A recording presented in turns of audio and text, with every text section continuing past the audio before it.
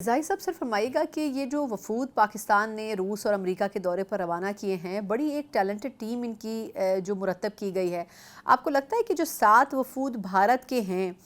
ان کا مقابلہ کرنے کے لیے ہم نے کمپٹنٹ ٹیم بھلے محدود صحیح بھیجی ہے اور یہ اپنے ٹارگٹ جو ہے وہ حاصل کر سکے گی؟ دیکھیں، اب تو جو پہلے ہم دیکھ رہے تھے کہ جو سیز فائر کے بعد جو ہے اب لڑائی جو ہے وہ اب ڈپلومیٹک فرنٹ پہ آ گئی ہے۔ اور میرا خیال یہ کہ ہندوستان کو شاید زیادہ ضرورت تھی اس بات کی کہ جو ہے اس قسم کے وفود بھیجے تاکہ اپنے لیے جو ہے ایک راہنما ہموار کر سکے، کیونکہ دیکھیں اس میں ایک بہت بڑا بھارت کے لیے مسئلہ ہوا تھا۔ بھارت کو شاید یہ شبہ تھا اور یقین بھی تھا شاید کہ جو یہ کارروائی کرے گا پاکستان کے خلاف جو ہے تو اس کی جو ہے کم از کم جو ہے ایک حد تک ٹیسٹ سپورٹ مل جائے گی اس کو، خاص طور پہ امریکہ اور دوسرے ویسٹرن کنٹریز کو، کیونکہ یہ کنٹریز جو ہیں وہ سمجھے جاتے تھے کہ بھارت کے اسٹریٹجیکل آئیز ہیں، لیکن یہ نہیں ہوا۔ اور میں سمجھتا ہوں کہ جو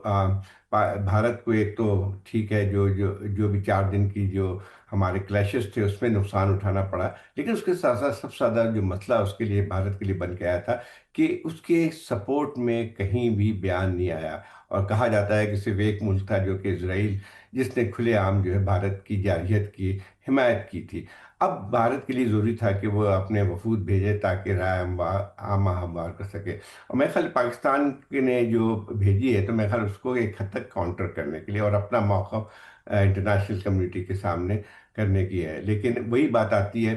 کہ اس وقت زیادہ چیلنج جو ہوگا وہ بھارت کے لیے ہوگا کہ وہ اس کو اپنی جارحیت تھی اس کے متعلق جو ہے لوگوں اپنی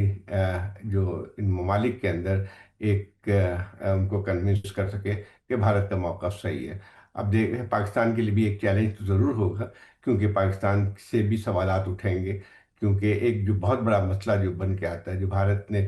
خیر پہلگام میں تو ثابت نہیں کر سکا ہے کہ پاکستان کا کوئی اس میں ہاتھ تھا اور یہی اس کی وجہ تھی، لیکن ایک بار پاکستان سے یقینی طور پہ ٹیررزم کے حوالے سے سوالات ضرور ہوں گے۔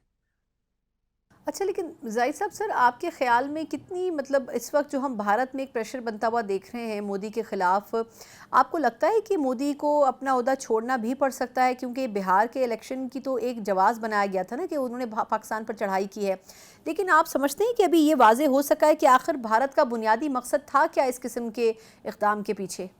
دیکھیں یہ بات بالکل صحیح ہے کہ میرے خیال مس کیلکولیشن ہوئی ہے مودی سے بہت زیادہ، دونوں طرف ہوئی ہے کہ جیسے ہم ابھی بات کر رہے تھے کہ انٹرنیشنل فرنٹ پہ بھی اس کو شاید ان کو یہ ان کی ایک غلط فہمی تھی کہ ان کو سپورٹ ہوگی، اسی طرح سے جو ہے اصل مقصد جو تھا اس قسم کی کارروائی کرنے کا اپنی ڈومیسٹک جو پاپولر سپورٹ ہے اس کو وپ اپ کرنا تھا۔ اور ایک بات صاف تھی کہ جو ہے میرے خیال اس قسم کی جنگوسٹک پالیسی ہندوستان میں اس لیے بھی بڑھ رہی ہے کیونکہ اگر دیکھا جائے تو پچھلے سال جو جنرل الیکشن ہوئے تھے بھارت کے اندر اس میں مودی کو کافی سیٹ بیک پہنچا تھا۔ جو ان کی امید تھی کہ جو ہے وہ 2/3 اکثریت حاصل کر سکے وہ تو حاصل نہیں کر سکے، یہاں تک کہ ایک سمپل میجورٹی بھی نہیں مل سکی تھی، اور یہ اس وقت جو ہے وہ ایک کوalition گورنمنٹ ہے، دو اور چھوٹی جماعتوں کے ساتھ مل کے اس وقت جو ہے مودی کی گورنمنٹ قائم ہے۔ لیکن وہی بات آتی ہے کہ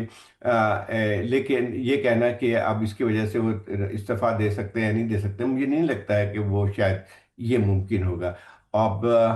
اس کا اثر الیکشن جو ہے اس کے بہار کے اور شاید گجرات میں ہو رہے ہیں، دو جو کی پروونسز میں ہیں، اسٹیٹس میں ہیں، تو وہاں پہ دیکھیں اس کا اثر کیا پڑتا ہے، لیکن مجھے نہیں لگتا ہے کہ بہت زیادہ اثر پڑے گا، وہ نومبر میں الیکشن ہونے جا رہے ہیں۔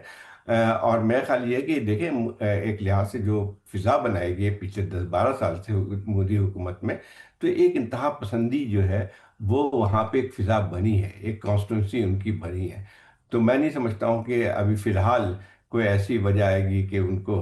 ہٹنا پڑے، میرے خیال ایسا پریشر ابھی تک نہیں ہے۔ ہاں یہ ضرور ہے کہ ان کو ہضمیت بہت اٹھانی پڑی ہے، ان کو بہت سے سوالات کا جواب دینا پڑ رہا ہے، اور میں سمجھتا ہوں کہ جو چیزیں جس طرح سے ان کی مس کیلکولیشن ہوئی تھی، اور اب جو ہے آہستہ آہستہ یہ باتیں بھی سمجھ میں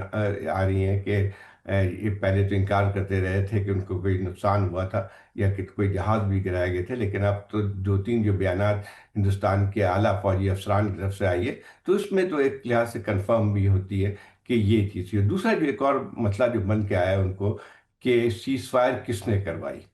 کیونکہ ان کا ہمیشہ سے ایک موقف رہا ہے کہ بھارت کبھی تسلیم نہیں کرے گا ایک تھرڈ پارٹی کی انٹرونشن کو، اور ان کی پورا ایک موقع مودی کا یہی تھا کہ جو ہے شاید کہ پاکستان کی طرف سے کال آئی اور ہم نے اس کو جو ہے پھر سیز فائر کی طرف چلے گئے، لیکن ابھی تک جو ہے وہ اس بات کو تسلیم نہیں کر رہے ہیں سرکاری طور پہ کہ جو ہے اس میں امریکہ کا بھی ہاتھ تھا، اور بھارت کی طرف سے بھی کوشش کی گئی تھی، امریکہ کو پیغام گئے تھے کہ جس کو کئی ہمارے پاس جو اطلاع جو آ رہی ہیں اس میں تو صاف ظاہر ہوتا ہے کہ ایک وقت میں پھر یہ کہ خود بھارت نے اپروچ کیا تھا امریکہ کو کہ ہاں وہ تیار ہوں گے اگر امریکہ کوئی سیز فائر کرواتا ہے۔ تو یہ ایک سوالات بہت زیادہ اٹھ رہے ہیں، اور خاص طور پہ جو ہے وہ کانگریس، جو کانگریس اس وقت مضبوط حزب اختلاف وہاں پہ موجود ہے، ان کی طرف سے یہ سوالات بہت رہے ہیں۔ اور ایک اور جو حزمت اٹھانی پڑی ہے بھارت کو یا مودی گورنمنٹ کو، وہ یہ تھی کہ جو میڈیا ہے، جو کہ کہا جاتا ہے گودی میڈیا، جو کہ ان کی بالکل ہی پروردہ ہے، اور اس کی طرف سے جس قسم کی خبریں پھیلائی گئی تھی، وہ خود بہت بڑی امبیرسمنٹ کی بات ہے۔ اور نہ صرف بھارت میں اپنی جو ہے وہی کہ اکثر جو ہے جو مین اسٹریم میڈیا جو ہے الیکٹرانک میڈیا، اس نے تو یہاں تک اعلان کیا تھا کہ لاہور اور کراچی دونوں میں انڈیا کا قبضہ ہو گیا، تو اب وہ ایک مذاق بھی بن گیا ہے۔ تو میں سمجھتا ہوں کہ یہ ضرور کہہ سکتے ہیں کہ بہت چیلنجنگ ٹائم ہے مودی گورنمنٹ کے لیے، بہت زیادہ چیلنجز ہے، لیکن مجھے ابھی لگتا نہیں ہے کہ جو اس وقت ہندوستان کی ایک فضا بن کے آئی ہے، ایک ماحول جو کریٹ کیا ہے، اس میں کوئی ایسی بات ہوگی کہ ان کو استعفیٰ دینا پڑے۔